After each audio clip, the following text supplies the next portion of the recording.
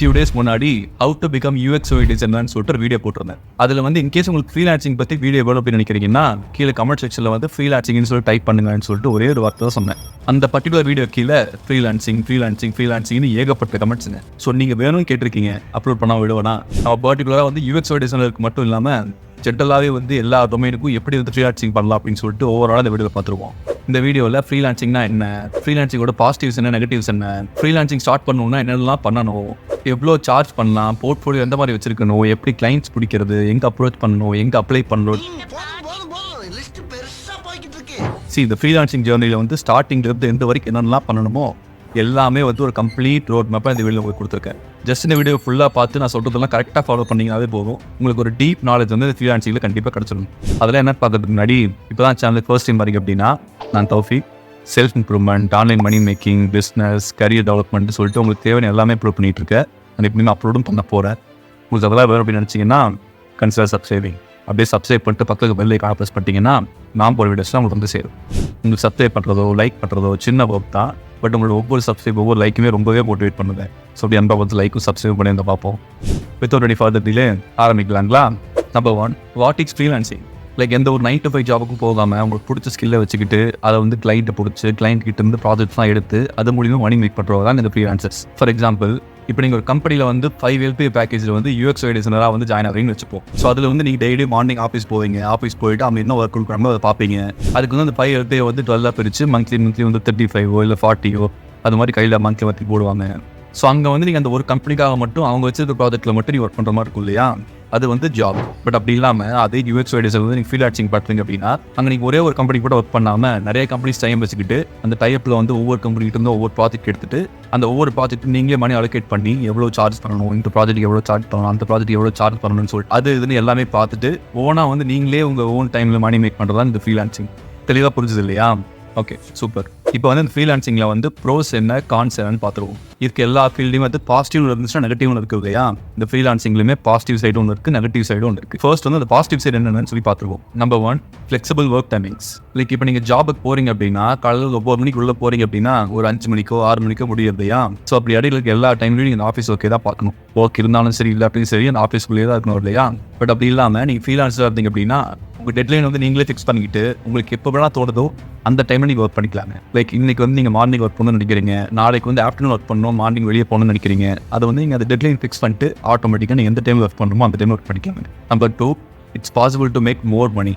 Like இப்போ நீங்கள் normal 9 to 5 job போகிறீங்க அப்படின்னா அங்கே வந்து ஒரு இயர்லிக்கு வந்து 6 LPO இல்லை 7 LPO இல்லை 5 LPO பேசினாங்க அப்படின்னா அது வந்து இந்த ஹோல் இயருக்கு வந்து அப்படியே தான் இருக்கும். லைக் அதை அப்படியே பிரித்து மந்த்லி உங்களுக்கு ஒரு சில அமௌண்ட் கொடுத்துட்ருப்பாங்க இல்லையா? ஸோ அப்படி இல்லாமல் ஃப்ரீலான்சிங் சைடில் பார்த்துட்டீங்க அப்படின்னா இதில் வந்து நீங்கள் ஒரு கிளைண்ட்டுக்கு சார்ஜ் பண்ணுறீங்க அப்படின்னா ஒரு கிளைண்ட்டுக்கு வந்து நீங்கள் 50,000 சார்ஜ் பண்ணலாம், ஒரு கிளைண்ட்டுக்கு 1 lakh சார்ஜ் பண்ணலாம், ஒரு கிளைண்ட்டுக்கு வந்து ப்ராஜெக்ட் பெருசாக இருந்துச்சுன்னா 2 lakh 3 lakh ஏற்பட்டது சார்ஜ் பண்ணாங்க. லைக் இந்த ஃப்ரீலான்சிங் பொறுத்த வரைக்கும் நீங்கள் எவ்வளோ எஃபோர்ட்ஸ் போட்டு கிளைண்ட் பிடிக்கிறீங்களோ அவ்வளோ மணி earn பண்ணுவாங்க. இன்னும் கொஞ்சம் டீட்டெயிலாக சொல்லணும் அப்படின்னா இந்தியாவில் 2023 ஆவரேஜாக ஃப்ரீலான்சர்ஸ் வந்து 50,000 65,000 வரைக்கும் earn பண்ணுறாங்க. Number 3, control. நீங்கள் எவ்வளோ கிளைண்ட்ஸ் பிடிக்க போகிறீங்க, எவ்வளோ நேரம் ஒர்க் பண்ண போகிறீங்க, எந்த டைமில் ஒர்க் பண்ண போகிறீங்க, உங்கள் இயர்னிங்ஸ் எவ்வளோ வரணும், அது இதுன்னு எல்லாமே உங்கள் கண்ட்ரோலில் இருக்குங்க. ஸோ அந்த கண்ட்ரோல் வந்து 9 to 5 ஜாபில் இருக்காது இல்லையா? ஸோ அந்த ஃப்ரீலான்சிங் பண்ணுறது மூலிமா அந்த ஹோல் கண்ட்ரோல் உங்களுக்கு இருக்கும். அப்படியே நெகட்டிவ் சைடு வந்தால் ஃபர்ஸ்ட் 1, நோ ஸ்டேபிள் இன்கம். நீங்கள் ரெகுலராக ஜாப் போயிட்டு இருந்தீங்க அப்படின்னா அங்கே வந்து இயர்லி சேலரி வந்து மந்த்லி கன்வெர்ட் பண்ணி கொஞ்சம் கொஞ்சமாக கொடுத்தே இருப்பாங்க இல்லையா? ஸோ அது வந்து மந்த்லி 50,000 இல்லை 40,000 30,000 மந்த்லி உங்களுக்கு அஃபோர்ட் பார்த்துட்டே இருக்கும். பட் அதுவே ஃப்ரீலான்சிங் சைட் பார்த்துக்கிட்டீங்க அப்படின்னா ஃப்ரீலான்சிங்கில் வந்து உங்களுக்கு கிளைண்ட் கிடைச்சா மட்டும்தான் அங்கேருந்து அமௌண்ட் வரும். ஒரு மாதம் உங்களுக்கு அதிகமாக கிளைண்ட்ஸ் வந்து அதிகமான மணி வரலாம், தென் அடுத்த மாதம் வந்து ஒன்றுமே இல்லாமல் இருக்கலாம். ஸோ அந்த மந்த்லி வரதை வந்து நீங்கள் மிஸ் ஆகுங்க. Number 2, it will take some time to get your first payment. நீங்கள் ஃப்ரீலான்ஸ்குள்ளே போகணும்னு நினச்சி எல்லாமே ப்ராப்பராக கற்றுக்கிட்டு ஃப்ரீலான்ஸ்குள்ளே போயிட்டீங்க, போனோடனே ஃபர்ஸ்ட் டேவே எனக்கு நல்ல இன்கம் வந்துடும் நினச்சிங்கன்னா நடக்காதுங்க. ஸோ உங்களுக்கு கிளைண்ட் எப்போ கிடைக்கிறாங்களோ அது வரைக்கும் நீங்கள் திரும்ப ட்ரை பண்ணிட்டே இருக்க மாதிரி இருக்கும். லைக் அது 1 day ஆகலாம், இல்லை 1 week ஆகலாம், 1 month ஆகலாம், இல்லை சம்டைம்ஸ் வந்து 3-4 months கூட ஆகலாம். ஸோ அந்த நெகட்டிவ் சைடும் பார்த்துட்டு அதுக்கப்புறமா அதை டிசைட் பண்ணி விடுவாங்க. Number 3, how to become freelancer. நீங்கள் எப்படி 2024 ஃப்ரீலான்சர் ஆகலாம் அப்படின்னு சொல்லிட்டு ஸ்டெப் பை ஸ்டெப் அப்படியே ஒவ்வொன்றா சொல்கிறேன். Step number 1, decide what service you are going to provide. First நீங்கள் என்ன சர்வீஸ் ப்ரொவைட் பண்ண போகிறீங்க, எந்த மாதிரி ப்ரொவைட் பண்ண போகிறீங்கன்னு சொல்லிட்டு ஃபர்ஸ்ட்டு டிசைட் பண்ணுங்க.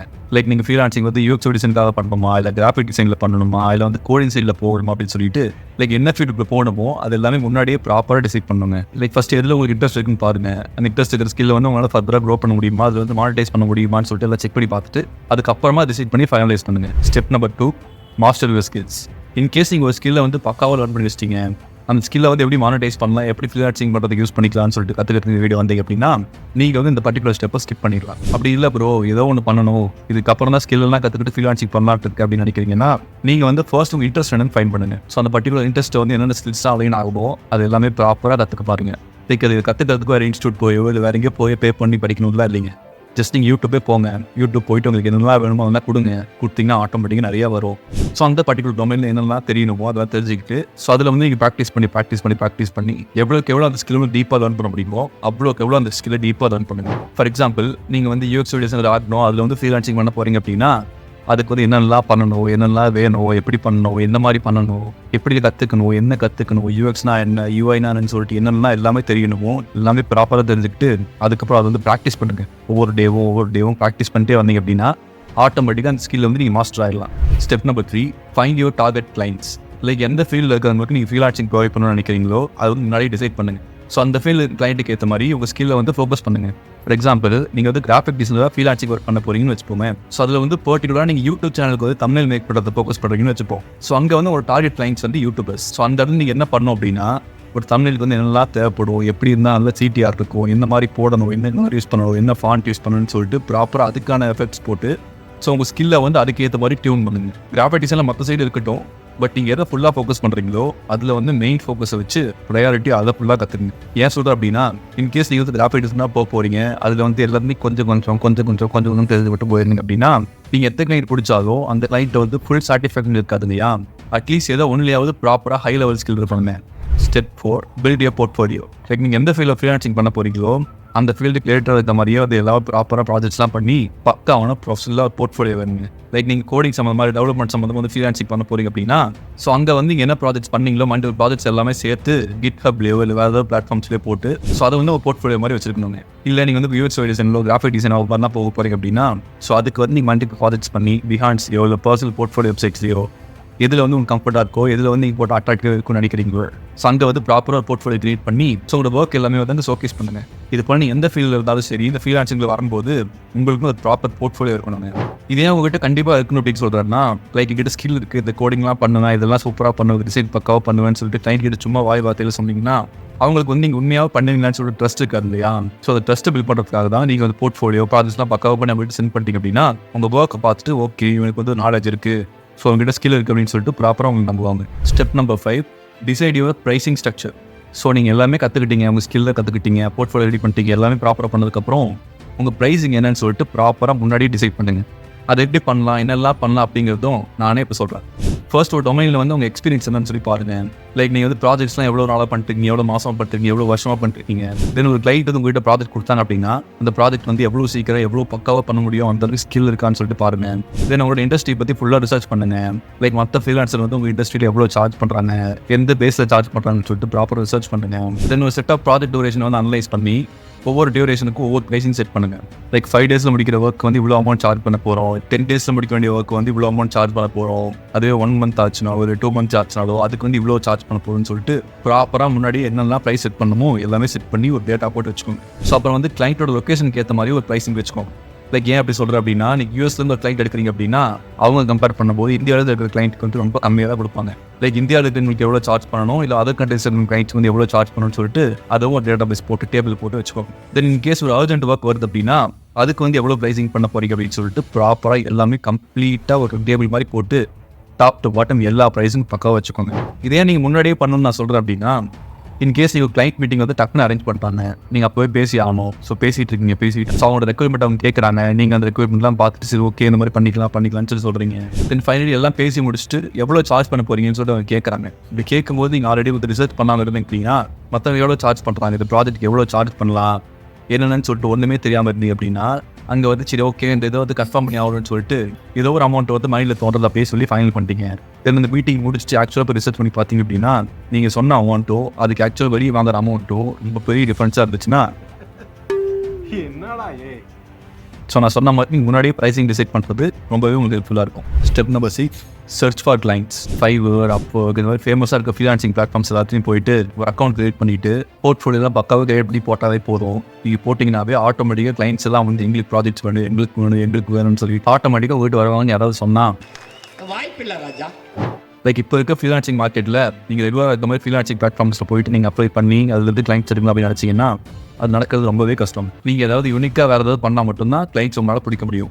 லைக் நீங்கள் இன்ஸ்டாகிராம் யூஸ் பண்ணலாம், லிங்க்டின் யூஸ் பண்ணலாம், இதெல்லாம் யூஸ் பண்ணி ப்ராப்பராக ப்ரொஃபைல் கிரியேட் பண்ணி ப்ரொஃபஷனலாக வச்சுட்டு அங்கே வந்து நம்ம போர்ட்ஃபோலியோ ப்ராஜெக்ட்ஸ் அதெல்லாம் வந்து ப்ராப்பராக கொஞ்சம் பில்ட் பண்ணிட்டே வந்து அதில் இருந்து அப்படி நெட்வொர்க் பில்ட் பண்ணி அங்கேருந்து கிளைண்ட்ஸ் இருக்கிறது கிளைண்ட் பண்ணிட்டு இருந்தீங்க அப்படின்னா கண்டிப்பாக உங்களுக்கு ஒரு லைட் அங்கேருந்து கண்டிப்பாக கிடைப்பாங்க. Step number 7, write a great proposal.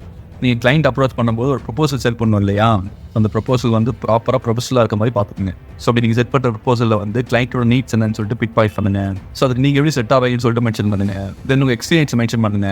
அப்புறம் உங்களோட பாஸ்ட் ஃப்ரீலான்சிங் ஒர்க் எல்லாத்தையும் ஹைலைட் பண்ணுங்க.